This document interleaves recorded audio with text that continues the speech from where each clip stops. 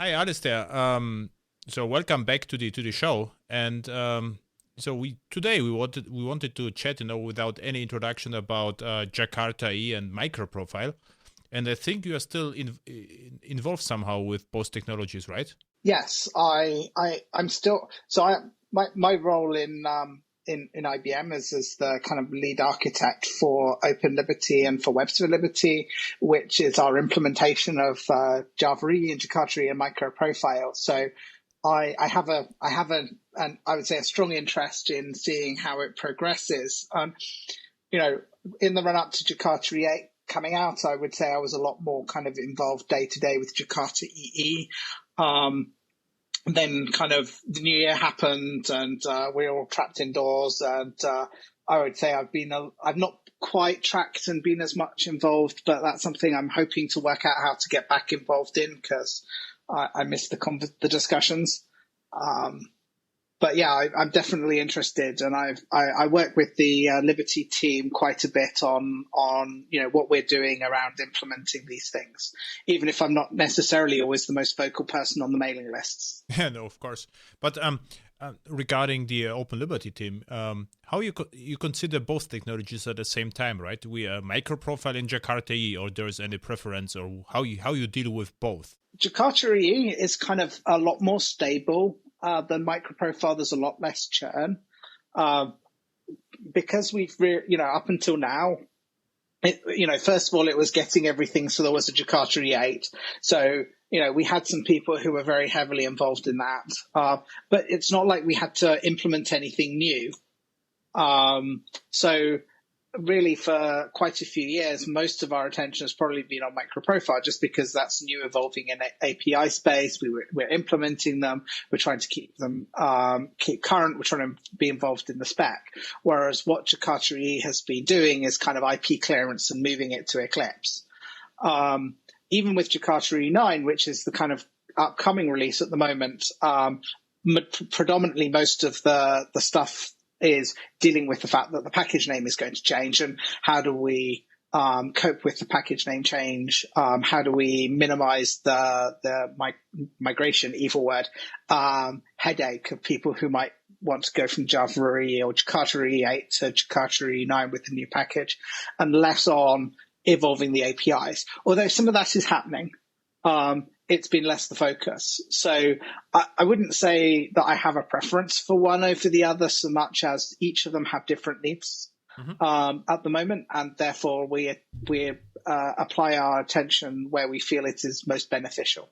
And are you implementing MicroProfile from scratch this spec, or you are relying on smallrye in Open Liberty? So Liberty implemented most of MicroProfile before smallrye even was a kind of a thing in Red Hat's eye. So we have our own implementations of a lot of things. We have picked up smallrye for reactive messaging. Mm-hmm. That's actually a bit of a challenge, because there's some kind of pending changes into the smallrye reactive messaging code that is actually a little bit difficult for us to pick up, and we're still not sure if we can. But there are there are some other areas where we're wondering about switching over. But the thing about switching over is it's not really for free. It sounds like, oh, you can just go and pick up this piece of open source and it'll just work, and it isn't, because they're not necessarily bug compatible. You have to worry about, is somebody going to be broken by the transition? So it's not, and there's a cost to a transition. So whereas it would be nice to say, hey, you know what, we should just go and reuse smallrye everywhere. It's not necessarily sensible, because the cost of doing so might be more significant than just sticking with what we've got, especially if it's one of the more kind of stable areas. Yeah, and I can also imagine, the integration to the app server can be, pretty deep. If you take a look at the fault tolerance and MicroProfile, you have deep integration with threading, with metrics and stuff like that. So it's not that trivial as it looks from outside, I think. Yeah, and that's actually the thing about reactive messaging that is a challenge. Is we have, Liberty has its own HTTP stack and its own way of doing threading, and that's that's been very good for us because it allows us to get really good scalability and really good performance. And in some of our test runs, we're significantly ahead of some of the other Java EE runtimes. But smallrye reactive messaging is changing to basically have some assumptions that an expectation around using Netty and Netty's thread modeling pulled in through Vertex. And it makes sense from a smallrye reactive messaging perspective, but we're not sure how to deal with that inside of Liberty at this point, because we can't, we don't want to end up having two HTTP stacks. That makes no sense. We don't have multiple threading models. That doesn't make sense. So how do we get those things to work together? And it's not trivial. So that's been a challenge, shall we say? Yes. And what's your perception? So my observation from outside is like we have two communities, so the Jakarta EE and MicroProfile, and both are on Eclipse Foundation projects, but still, there are different point of views of view, what is which. What is your perception of that? So, I mean, is the separation between Jakarta EE and MicroProfile good? Should be, they be merged together or keep separate? What's your thoughts on that? I think that there's some very passionate people who have very strong opinions about this. You look at the mailing lists, and it can at times feel like there's very much of an us and them, like they're two warring communities. But in fact, I don't think that's kind of true. I think if you look at the people involved in MicroProfile, they all come from a kind of Java EE, Jakarta EE background. They're all, almost all of them are still involved in Java EE or Jakarta EE in some way. Yeah. There's quite a lot of kind of cross pollination, and quite a lot of people who are involved in both. So, it's not so much, I think, that it's two kind of different communities. It's almost as if, they're two that. I think there are people who take issue with me describing this. It's almost like there is one community, but there are two big camps within that community who have very, very different perspectives. And I think that the camp who've been invested in and involving in MicroProfile feel, and I think that's quite reasonable, feel that they've done a lot to augment what's out there for enterprise Java, so it fits better into kind of cloud microservice world. And they think that it's been a success, and they don't want to risk wrecking that success. And for them, it means that it's better if essentially MicroProfile and Jakarta EE stay as, I guess maybe siblings might be a good way of thinking of it, or cousins. They're both doing things, and they can borrow from each other, but not necessarily try and step on each other's toes. I mean, there's a very long email mailing list about config, because the MicroProfile has a config specification, and there's some people who'd like to see that in Jakarta EE, and how does that happen, and what should it look like? And I think the risk is that it looks like there's like a big schism between these two groups, because that's not going to be good for either of them. Because at the end of the day, if you need to do persistence with MicroProfile, you're probably going to use JPA. Mm-hmm. And if I want to write a mostly Java EE app, but I want to do health, then MicroProfile health can be added in augmented me. Those are kind of complementary statements. And I think that's really the kind of the discussion is, how do we move, how can we move forward with these being complementary rather than being, I want to be the one and only, because they both exist. And actually, so we have we have the Java EE family, let's say, and we have not two rather than three camps. So I would say we have the Jakarta EE camp, we have the MicroProfile camp, and both are vendor camps, the people like you who are actually implementing the stuff. And the third camp are users like me, which who use the stuff you are building. And for me, at the beginning, as it started, so MicroProfile was completely, boring because it was like subset of Java EE. For me, there was no problem to solve because all the servers I knew, OpenLiberty was the smallest back then. Whitefly was a little bit larger, Payara was a little bit larger, but everything was still small. And just using constraining myself to use a subset of Java EE was pointless. But then the added value happened, like MicroProfile matrix and config, and I thought about it would be nice if MicroProfile would just merge with Java EE or Jakarta EE from user perspective. Or for me, would be most convenient thing. You have just one dependency. I don't care about all the who created what. I just would like to have one thing and use it. But then I thought about that, and what I recognize, the release cycle is completely different. So like MicroProfile releases 4 times a year, and Jakarta EE releases once. 3 at the moment. Let's say back then was like at the most once a year, and usually every 3 years once or something like this. And I see this is actually perfect because for me the most important thing is that the application servers are supporting both at the same time. So I can go to OpenLiberty and create one feature Jakarta EE 8 and one feature MicroProfile 3, and I have both at the same time. This is the most important thing for me. Yeah, there are 2 features. It could be 1, but I don't care. I mean, this is a small thing. And then I'm actually happy. And if MicroProfile releases a new version, I would just upgrade the MicroProfile part. And for me, the Jakarta EE is more or less done. So it is. It is really hard to invent something new which could extend, the existing Jakarta EE APIs. It's really hard, to improve JPA a lot or have, new ideas about CDI or bin validation. There are small things, but it's not like, a revolution. And the MicroProfile is driven more. Yeah. No, I was just agreeing with you. Yeah. And MicroProfile is, from my perspective right now, is completely out of control from the Java developer hands because it's mostly driven by CNCF, Cloud Native Foundation. So if Open Matrix or changes, they have to change the MicroProfile matrix. So this is like it is. So they can do nothing about that.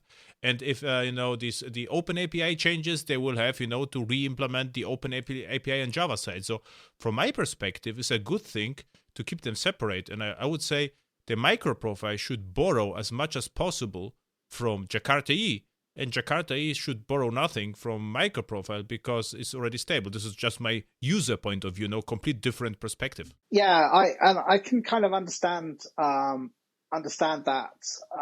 because there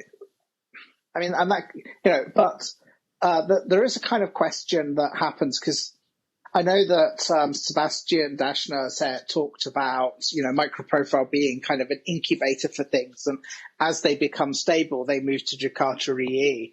And I think that, for me at least, one of the things that very much worries me about that is when somebody uses the phrase incubator, it sounds like you're saying don't use it.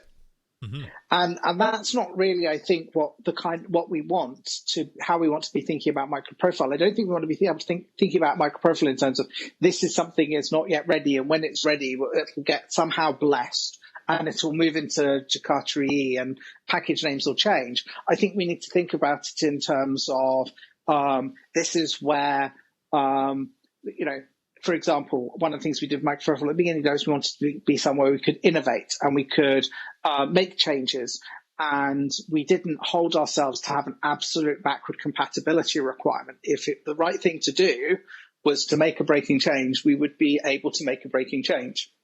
Unfortunately, how that gets kind of interpreted is, there's no stability. We'll break things like a drop of a hat, which, if you look at the history of MicroProfile, it's definitely not what's happening. I mean, there's a relatively few breaking changes, and where they are made, we tend to control them. Like at the moment, we align the breaking changes to one release a year. Now, with Jakarta EE 9 coming, I think there are some people who think there'll be only breaking changes in in this, 2 breaking changes this year, one for Jakarta E8 and one for Jakarta E9. I suspect that won't happen. I don't think MicroProfile will jump onto the Jakarta E9 namespaces immediately. But you got me wrong. You got me wrong. Viewing... I never, and actually, I consider MicroProfile as be actually pretty stable. So it is specified. I never had a trouble with migration. This is for me not an incubator at all. What it is, for me, MicroProfile provides functionality which is not as generic as the Jakarta EE functionality. You know, so for me, it's the Jakarta EE more like operating system, and the MicroProfile more like, you know, cool tools and features you can use on top of the operating system, but they are stable or not. But for instance, I can use MicroProfile matrix or not. I could use config or not, but without CDI, I would say it is almost mission impossible, right? Or without, if I need persistence, I will use JPA. And of course, I could use EJB for dependency injection, but I have to admit I use EJBs a lot, but I always use add inject. I never use the add EJB injection. So, and this is the distinction. It's like, you know, the Jakarta is more like the boring, stable stuff. And MicroProfile, I would call it a stable innovation, which happens, you know, innovation happens elsewhere. Yes. And it happens in Cloud Native Foundation. Yeah, this is what I mean. And I'm not disagreeing with you. It's just, you know, as I said, you know, I've been looking at the kind of I've been reading the mailing list, and I keep up with the mailing list, and there is a kind of lot of focus on, you know, there's a lot of people out there who I think are in the user community who like talking about using the word incubator for MicroProfile, and that was all I was really saying. Is I think we need to be careful. Yeah, yes, it changes. And it's more leading edge, and it's less stable, but that doesn't mean that if you adopt it, you're going to have to rewrite code every 6 months, because that's not what's happening. What's happening is a much more kind of considered evolution. And in fact, I think, you know, last year? Sometime last year, there was a mistake made to one of the specifications, which made it not backward compatible. And what we did when we realized is we very quickly revised and reverted the change. And I don't think anyone actually implemented or ended up shipping an implementation of the one that had the breaking change, because everyone realized it was a mistake, it was an accident, and that stability was more important. So, you know, a lot of care is taken to make sure that changes aren't made that are bad for users. So it is, as you say, stable, but it is also useful and more kind of modern, leading edge. I don't know if either of those are correct, but yeah. And the breaking changes are not as impactful as the breaking changes in Jakarta EE. For instance, the health API was not as usable at the beginning as it is right now. So now we have readiness and liveness checks, and at the beginning they were not. It didn't work that well. But you know how many health checks you have in the application? Probably one or a few. So you can very easy to fix that, you know. And none of my clients was angry about that, for instance. Or if you have metrics, and in actual, sorry. That's a really good example, because that when the MicroProfile Health added readiness and liveness checks, they didn't remove the old annotations. Yeah. The old annotations are still there. It's just, if you're going to try and integrate into Kubernetes, where it has different concepts of liveness and readiness, you don't want to map them to a single endpoint. Exactly. So whilst I expect at some point there'll be a version of Health which doesn't have those APIs that, to be honest, nobody really used. Yeah. For the exact reason you outlined, it wasn't very useful. When we added liveness and readiness, we didn't take anything away. Somebody who was using Health could move up and continue to use it. So even where really significant improvements and changes have been made, there's been a lot of care to not just pull the rug out. It does result in a lot of interesting discussions, because, you know, a lot of the people working on MicroProfile, they they either come from a Java EE background where stability of API is really important, or they come from the user community, because we have people from the user community involved and they don't want to see the API changing underneath them, because it's all very well and good to say, oh, well, in this modern world of microservices, you test my code and my dependencies are all the same time. But people want to be able to stay current because they want if there's a security fix in some software library you're using, you want to be able to move up. You don't want to have to rewrite your code just to move up and get the latest security fixes. Mm-hmm. Exactly. Now, what I wanted to take, the health as an example, it's like if there were breaking changes, they are really easy to fix, because it's not like every class is depends in a project on health check, and the matrix the same stuff. There's a couple of annotations. If you take a look on tracing, for instance, there's basically one traced annotation. So the MicroProfile is a little bit different, because you can with view annotations you get a lot. And the breaking changes usually, annotation changes, stuff like that. So this is the breaking changes, and in Jakarta EE, I mean, if CDI breaks, everything is broken. And in mind, you can also fix without, but you get this is a complete different, impact, and also not every project has to use all MicroProfile specs, but pretty much most of the project are using core of Jakarta EE APIs, except the deprecated ones like SOAP is not deprecated, but SOAP is not used a lot, and the SOAP registries and all the old stuff and IOP. But pretty much transactions and startup singleton schedules, CDI, JPA is used everywhere. So this is like and I've been I've been working on so the OpenLiberty.io website has a REST endpoint that's used by the website, and I've been trying to update it because it was using Java EE 6, I think. Mm-hmm. Please don't shout. And I've been updating it to make use of MicroProfile, and because of the annotation based approach, one of the nice things is I've started to use the annotations, but I'm not yet at a point where I want to turn them on. And that's been really easy for me because I've added the annotations. My code compiles against it, but I just don't pull in a MicroProfile fault tolerance implementation, and it's not doing anything. It's not impinging on my code because it's just an annotation approach. And if it can't be loaded at runtime, the class can still be loaded, which is actually one of the things that I really like about using MicroProfile. It's also frustrating because if I don't add the runtime code backing it, and I'm wondering why am I only firing or why am I not doing a retry? But in terms of kind of prototyping, I've added the annotation on, and I'm going off and doing some other things, knowing I can come back and turn it on as I move in towards deployment. Mm-hmm. Exactly. So what the next step? What do you think should happen with MicroProfile and Jakarta EE? There are lots of discussions. People are opinionated. So my preference is that we find a way to work together and stop having these arguments. And some of them are, I think, really there are some difficult kind of issues, like at the moment there's some belief that there is a need for a configuration to be supported in Jakarta EE. Mm-hmm.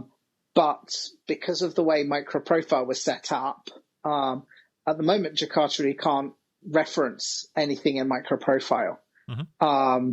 And that's why there's a lot of discussions around working groups and the specification process, because those will close those issues.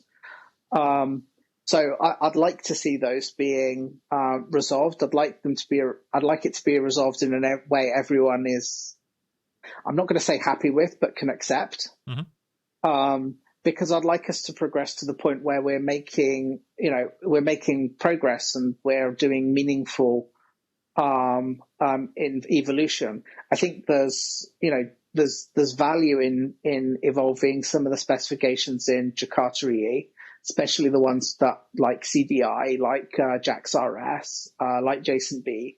And I think there are other areas where it's much less, but I don't think it's useful for us to spend a lot of time with kind of two Eclipse projects that are really peers,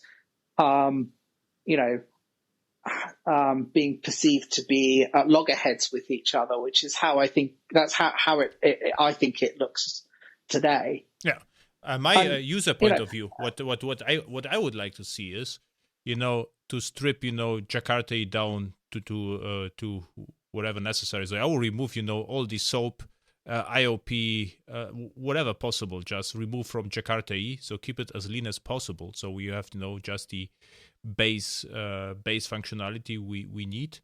And by the way, what made me curious, I try, to deprecate SOAP several times, but I always, got, no, we cannot do this. It's used a lot, but I have to admit, in the greenfield projects, I never saw, SOAP for years. And it seems like, SOAP has a huge fan family in the mailing lists, and they try to deprecate EGBs. Like, yeah, we can deprecate EGBs, but if I would like to deprecate something, I would deprecate SOAP with all the, because I never saw SOAP for years, and EGBs are still in use, and we should move, the functionality from EGB to CDI and then delete EGBs.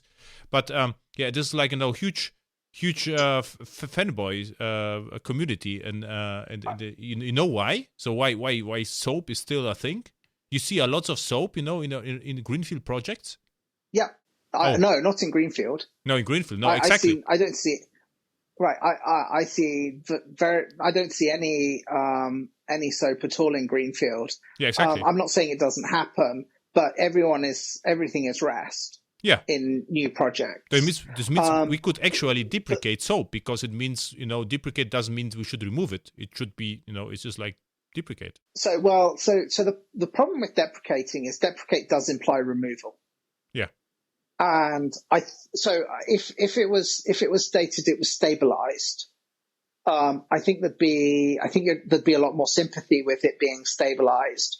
I think the problem is that I know that there is a lot of SOAP out there, and I know there's a lot of SOAP out there because I talk to other people in IBM who work on doing kind of migration modernization projects, and the number one thing that comes out, to be honest, is JAX RPC. There's an awful lot of JAX RPC. There's probably more JAX RPC out there than there is JAX WS. Now that just, for me, that says that removing JAX RPC is probably a worse idea than removing JAX RPC and leaving JAX WS in is perhaps not the right answer, although I think that's what's happening. Yeah, but all my projects have, a lot of businesses who still need it. Yeah, but all my projects have, EGB, so we could never deprecate EGBs, but why not? I mean, this is in greenfield projects. I cannot rely on EGBs anymore, and I will migrate the EGBs to CDI. For instance, in some projects, they ask me, whether I will help them, could help them to migrate Jakarta EE to Quarkus. And we always achieved that in around a day. And this was like, Java EE application was not a problem at all. So this is like, they ask, I saw in mailing his thoughts about deprecating JSPs. I mean, JSPs is still useful, could be useful. And deprecating EGBs, absolutely useful right now. SOAP in greenfield, absolutely not useful. And it's still, no, we cannot do this because. But what you mentioned, people can still use JAX RPC as they use, EGBs, but you can still deprecate it right now to set a signal, in future releases. Don't rely, on SOAP anymore. And if you like, use the older application service, or IBM can just provide, paid support, and then you can run your SOAP forever, right? Yeah, and I've seen people who've said, we can remove it from the specification, and then the vendors will still provide support for it because they have customers who'll pay them for it. Yeah. And, I actually kind of have some sympathy with that argument because, I know how reticent we are to remove anything that has a significant customer base behind it. But I don't know on this one. I understand your EJB point. I'm not personally a let's get rid of EJB person. I think EJB is much maligned. EJB2 is not much maligned. EJB2 absolutely is rightly maligned, but I think EJB3 and forward is actually a much nicer API. I think just like JPA is nice, and entity beans are not. Yeah. But no, I mean, yeah, I think there are two purposes for this thing. There's been discussion around this. There's something people want to have a label on something so they know that their existing application continue to run. There's that. And then here is the bunch of technologies we think you should be investing in because it makes a good greenfield project. And that's where I think the Jakarta EE kind of has and probably will continue to kind of suffer a little bit because those are two different perspectives. And I think you saw that in the SOAP discussion, which is some people in the community really wanted to remove it because greenfield projects don't use it, and others really didn't want to because it's still necessary and they still want it in the platform in order to support those applications. Yeah, what I would like to do is with Jakarta EE, if it would be possible, to remove whatever is not absolutely necessary, and most of the technologies. So I think EJBs could be moved over to CDI. JPA is absolutely necessary. Bin validation is necessary. The asynchronous utility, for instance, could be removed because Java concurrency utilities, I think, is Java EE concurrency utilities could be in future removed because we get MicroProfile fault tolerance, which is similar in my eyes. And we should remove whatever possible.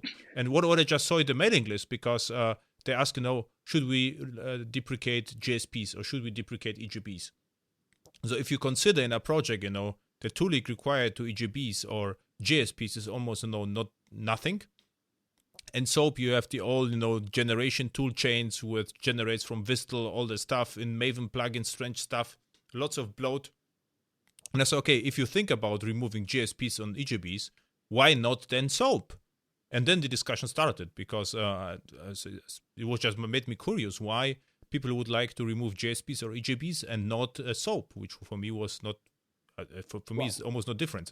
I think, yeah.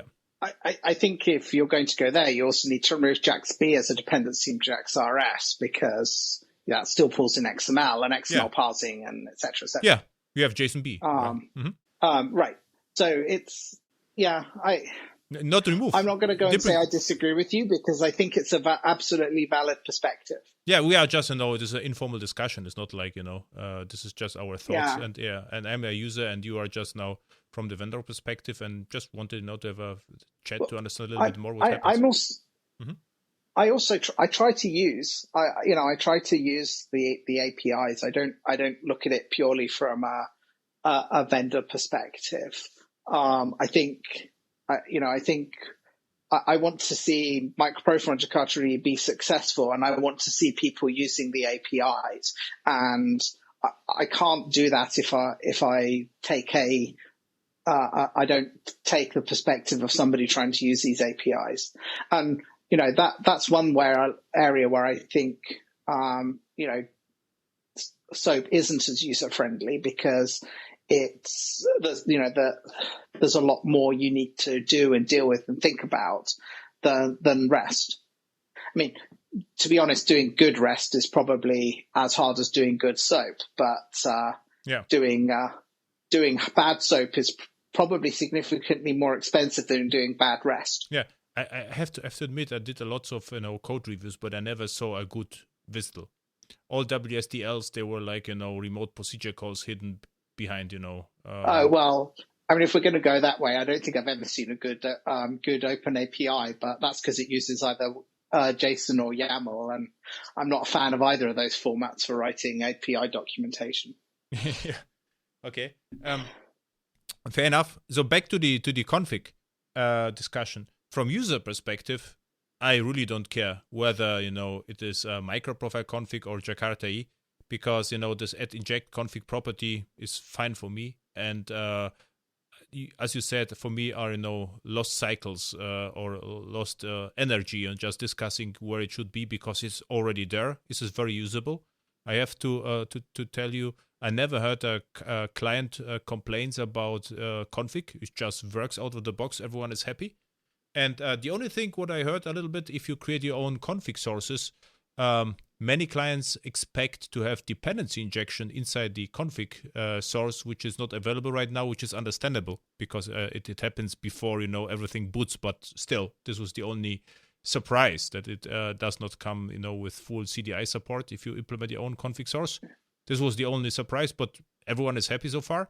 And instead of discussing that, I'm absolutely with you. I would rather, focus on a new specs like, let's say, cloud events or I don't know, something more interesting, right? Honestly, I would prefer that a discussion around config was on things like, can we find a way of making dependency injection work in config sources? I think that's probably a much more useful conversation that should it be in a Jakarta namespace or an org Eclipse MicroProfile one. Yeah. The Parkinson law of triviality? You are aware yes, of? Yeah. It is very easy to discuss, where a config should be, whether it is in Jakarta or MicroProfile. But I know it is would be a little more productive, as you said, just to make, dependency injection work in config sources. One of my work colleagues refers to this kind of conversation as bike shedding. Yeah. Bike shedding is known, but bike shedding comes from. But yeah, bike shedding comes in Wikipedia article. There's the nuclear reactor was Parkinson law of triviality, like in the 50s they built in USA. And bike shedding is more known in Germany, at least, a term. I always, use the Parkinson law because the law of triviality, and if you deal with architects, laws are always good. So it's fun actually. So I'm with you, and it's a little bit of pity, but what's also interesting, I don't think mailing lists is an appropriate medium, to discuss such stuff.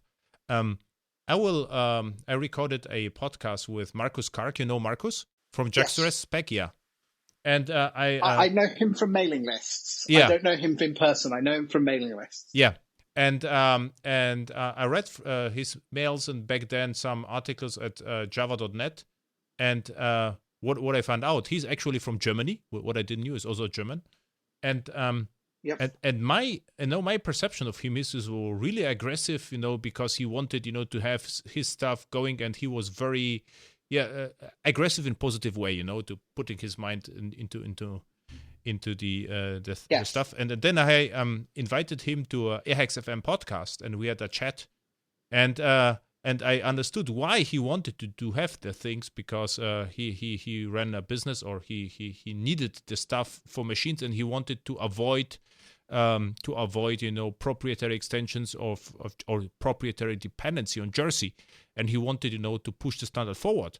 But from the mailing lists and from the java.net, my opinion of him was completely different. And now after the podcast, he was the nicest guy ever, and he just wanted to be very effective in his communications, to achieve the most with no lesser words. So very efficient way of communicating. But this is why I think if everyone would meet in a room and discuss the things, I think we will be all on the same opinion. I think face-to-face discussions 99% of the time work.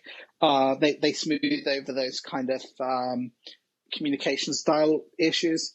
That not always, and sometimes it can be very difficult. That's one of the powerful things about mailing lists is the fact that anyone can participate, anyone can read. One of the downsides is that it can be quite daunting to kind of get involved in some of the conversations, especially when they end up with people talking at each other rather than to each other. And what I don't like are the mailing lists. I never like that. I cannot do this, but some people can write long emails in shortest amount of time, and I just cannot keep up. So I tried to contribute something at the Java EE space. It was like, when was it, 5-10 years ago? Java 8 was still a thing 5 years ago, and there were so many emails, so much content. I was not even able to read everything, and for me it was impossible to contribute because I wanted to say something, and I got 10 emails back with one email is like one page size, And for me, it was almost mission impossible to contribute anything meaningful. So I always, wondered myself, how people are doing this. Are they reading, 10 times faster than I'm doing? Or what's my problem, Yeah, and I completely understand that, because I decided I had to catch up on the mailing list conversation, and I've read just over 200 emails on MicroProfile and Jakarta EE discussions, half of which were about Jakarta config and MicroProfile config. And I'm reading them. I'm just like, and it's like 25% of my email backlog for this email account is a discussion about that, and it started on April 1st. Yeah, I saw the discussion. I had to ignore that because I had to work to do. I didn't even open the Jakarta EE emails, but this is as you said, 150, 100 emails in my mailbox, and the longer you wait, the worse it gets, because you will have to read the old ones, in reverse order to understand the whole things, right? What I tend to find is that if I don't read the emails, I'm never going to end up within like 2 weeks. I'm not going to read them. So eventually, I just go and clear them out and say I've read them, even though I haven't read them, because it's like there's only so much point. History, like there's a big discussion about should there be, what will the MicroProfile working group be like? Should there be one? Should there be one joint with Jakarta EE? Should there be separate ones? And I tried to read and keep up, and I just fell so far behind. I have no idea where that discussion is. I'm not going to catch up. I don't know the history at this point, so I'm just waiting for the smart people to make up the mind and make a decision. And hopefully, in the next day or so, I'll look at a revised proposal and I'll go and say, well, this is my opinion, and hope no one notices. Although maybe telling everyone on this podcast that I'm ignoring emails is not a smart move if I want to pretend I've read them. But how I can summarize our discussion for today? I think that what we can tell is Jakarta EE is by nature more stable, has to be more stable than MicroProfile is. MicroProfile is not an incubator. It's just, it provides added value to Jakarta EE, mostly driven by cloud technologies. And if you take a look at the MicroProfile image, the first line is like the lower layer are Jakarta EE specs. And on top of that, you see, the added value from MicroProfile, like config, open API, open tracing, metrics, fault tolerance, what else? Now reactive messaging, anything else? Fault tolerance. And this fault tolerance is a little bit different, because fault tolerance was invented by Java developers, more or less, and everything else is driven actually by cloud native foundation, like health checks by Kubernetes, metrics by OpenMetrics or the OpenTelemetry, OpenAPI by OpenAPI or Swagger. So this is like outside our Java control, I would say. And so I think it is MicroProfile has to have different release cycles that should move more fast or more quickly than Jakarta or Java, because the cloud native foundation moves more quickly, and we have to implement the standards fast enough to be current on the recent Kubernetes and the recent cloud, otherwise it's pointless. And Jakarta EE is older, so all the APIs are more stable. And from my user point of view, I don't care where the API is, whether it is MicroProfile or in Jakarta EE. And after the renaming, it is even nicer, because you have Jakarta EE is like the more stable, and the added values as or Eclipse MicroProfile.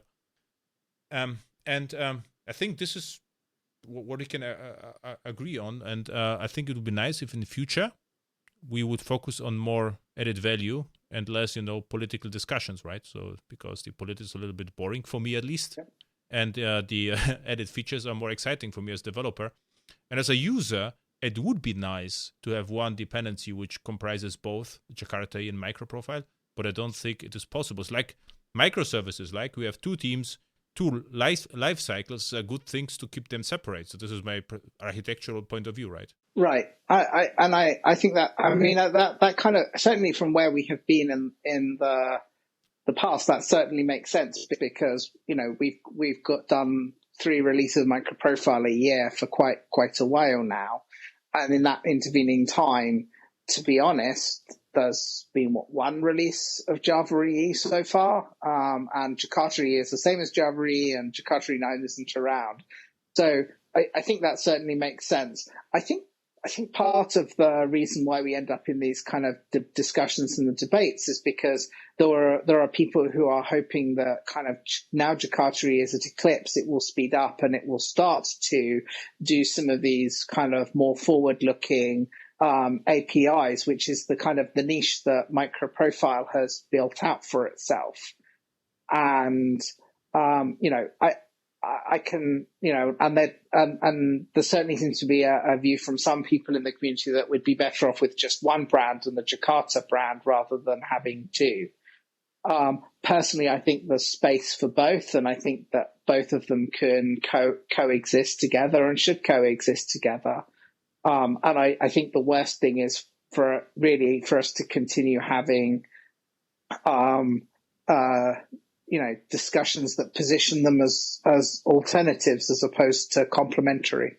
Yeah, I mean, this is just naming, but you could name the Jakarta EE like the Jakarta EE base profile, and you could name the MicroProfile as Jakarta EE cloud profile, and then you have both. You have the base, and if you go to the cloud, you just take the cloud profile, and cloud profile needs the base profile, something like this. This could be doable. But MicroProfile is a great brand already. So as the name is good, there's no need to rename it. But from the architectural perspective, we could do that, right? So you could include just right. And I think it's easy to kind of make easy to say, oh, why don't we just call MicroProfile the Jakarta Cloud Profile? But names are another thing where it's really easy for you to kind of get bogged down by. And I know this because I'm considered the naming police for all things in open liberty, which isn't really a thing I like.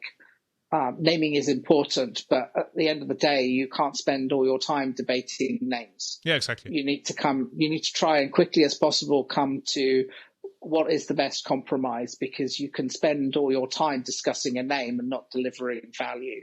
Yeah. And at the end of the day, the whole point of these is to provide value to people who are trying to build cloud native applications. Exactly. And when we started out with MicroProfile, we talked about it in terms of microservices, and there are gaps that microservices has. But to be honest, some of those gaps that we were trying to plug, that it's not about microservices. There's a lot of people who are trying to, whether you would consider this a good thing or a bad thing, to put the monolithic applications in Kubernetes, and they still need help, right? Yeah. Just because you're not a microservice doesn't mean you don't have that concern. And people have been trying to deal with fault tolerance in the Java world for a long time. That's not something that's unique to microservices. It's just going cloud native, going into these environments. It's kind of caused people to have different attitudes and different approaches to how to solve those things. But I have to admit, for me, it is almost no difference.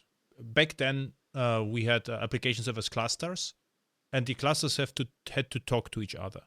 And we had exactly the same problems we have right now with Kubernetes. So if you have one cluster as one app and one monolithic app and talks to another app, you had to think, about idempotency, about retries, about timeouts. But the problems were ignored. So they were not as fashionable to talk about, And with the Kubernetes, it became, obvious that you have to deal with the stuff, and it became an agenda point, on the non-functional requirements, and now it became, very fashionable to talk about the problems we had, for years. So for me, it's not really no kidding. So now my modern Kubernetes projects is almost no difference to 10 years old projects. Even though we have still 10 years ago, we had no dependencies. Back then, we probably implemented a little bit by ourselves with retries, and dependency injection was like 2-3 classes, not a huge thing. And now everything's a little bit more powerful and better, of course, but conceptual, no difference.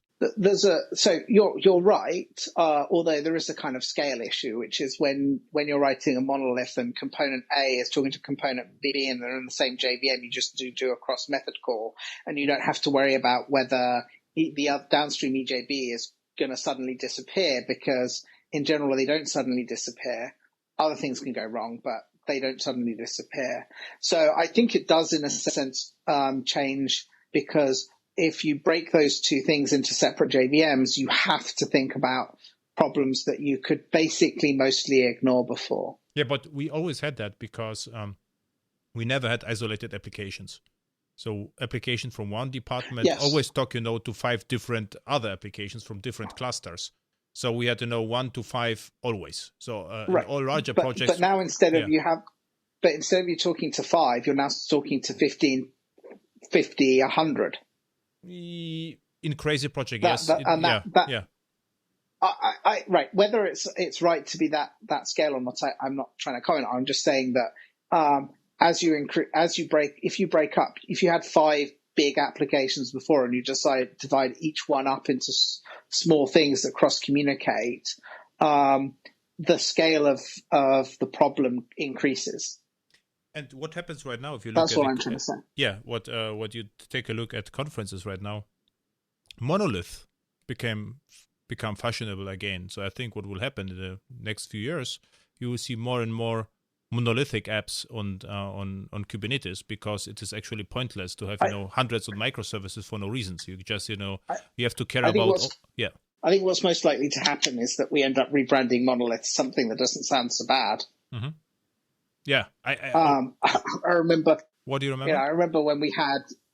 I remember when people were, doing the switch to everything as a web application. And they would have, rich and poor being if you were somebody pushing big desktop apps, you would come up with a phrase, to refer to the web ones, like you would be rich and they would be poor. But if you were a web app person, you would talk about fat versus thin. Yeah. And you were thin and they were fat, because obviously no one wants to be fat. And it feels to me as if monolith, we're going to end up rebranding monolith somehow. And I don't know who's going to come up with the term, but it will be somebody like, I don't know, Martin Fowler or someone who comes up with a term, and it'll just be, instead of microservices and monolith, it'll be microservices and whatever this new term is. And all of a sudden we'll have a debate which is more nuanced, and everyone has to do microservices. I already saw somewhere monolith, and what I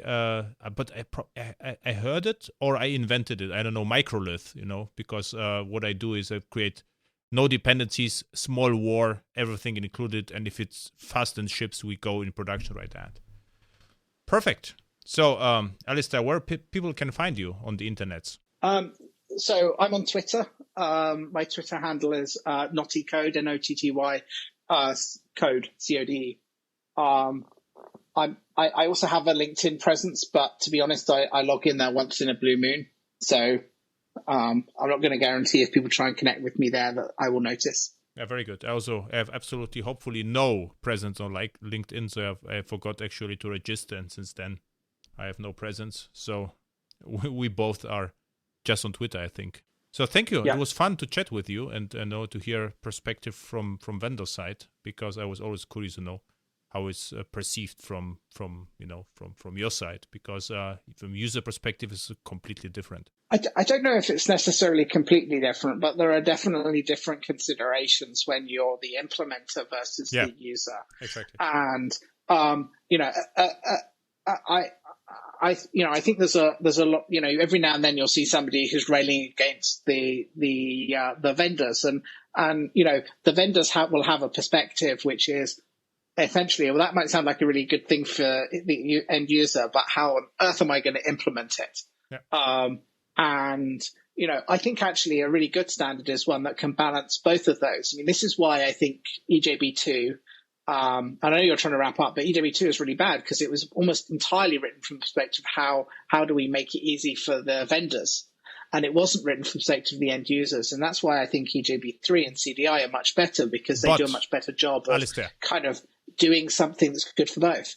But EJB2, if you think about that, it was prior annotations.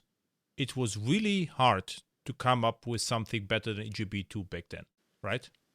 So because if you think about this, how they were created, how the architecture of EJB2, it was actually back then state of the art. So this home interface was abstract factory, and the implementation created the interface. So it was actually what I saw replicated in enterprise projects for years. So it is easy to bash, but EJB3 came with Java 5 and so with annotations. So it was really easy to fix, the problems. And the problems were also fixed with Xdoclet. And what EJB3 did, they looked at Xdoclet. You remember Xdoclet? No. Xdoclet was, you have to look it up, Xdoclet at SourceForge. You had to put Javadoc comments, and it generated the whole infrastructure for you. And then EJB3, the annotations were almost borrowed from Xdoclet, Javadoc comments. And so I say EJB2 were harder to use than EJB3, but back then, everything looked like that. So I understand. I'm not trying. Well, I guess I am trying to bash the vendors of old. Although I've been a vendor for a long time. There are still things about remote entity beans. They were problematic. There's other things than just pure annotations that EJB3 introduced. The dependency injection stuff, which was really borrowed from what Spring was doing, I think also was a significant reason why it's much easier to use than having to go and do JNDR lookups and write the reams and reams of JNDR lookup code. But to be fair, it's not just the case but to be fair about the dependency injection back then was not only Spring. There was, I remember, HiveMind, and it was another Apache projects, and there were how it's called Excalibur, what Apache project, and the Spring was actually a sample code on the book Enterprise Java Without EJB from Rod Johnson, and because of the book, Spring became popular, but there were no many competing frameworks to Spring back then. But they didn't survive. Yeah, there was because of marketing, and but the concept was there, right? Yes, and so I think EJB3 did a lot, and I to improve things, but I don't think that there was I think that we could have. I think we could have done that if we didn't have annotations. It's just annotations made everything so much better. And actually, that's one of the nice things about EJB3 is it kind of went all in on annotations right at the beginning, and it took other frameworks quite a while to end up with a good annotation-based approach. Yeah, EJB3 were great from the beginning, and EJB2 were EJBs were okay, and then the remote entity beans were a mistake. I would say this was clearly a mistake. I think I think the EJB2x entity beans was a mistake, and I think the good thing about it, the only good thing I think that could be said about it is it told us what not to do. And as a result of that, we got other people, and Hibernate and JPA came along. Yeah. So perfect. Now we even, discuss a little bit of history of Enterprise Java. And thank you. And have a great time. So what time is it? Is it morning on your side? No, I'm in Toronto, so that's currently 4:00 in the evening. Oh, very good. So 10 p.m. Afternoon. 10 p.m. on my side. And how is the situation with Corona in Toronto? Everything locked down as well? I get the feeling it's a little bit more locked down in the UK where my parents are, because they're talking about banning outside exercise. But yeah, they've closed. I think as of yesterday, they closed all the hardware stores. They're telling people. I think it's likely they're going to tell us not to go out without masks soon, although where we get masks from is an interesting question. So yeah, it's pretty locked down. Okay. There is a concern, because Toronto's Canada's biggest city. I think there are people who are quite worried about the New York example and not wanting to replicate it because there's quite a lot of people in a small area. Mm-hmm. but we're just like everyone, we're trying to be sensible. Yeah. Then stay at home. Don't go out unless we have to. Stay at home. Yeah. Keep hacking, right? Yeah. Perfect. Thank you a lot. Thank you. Take care.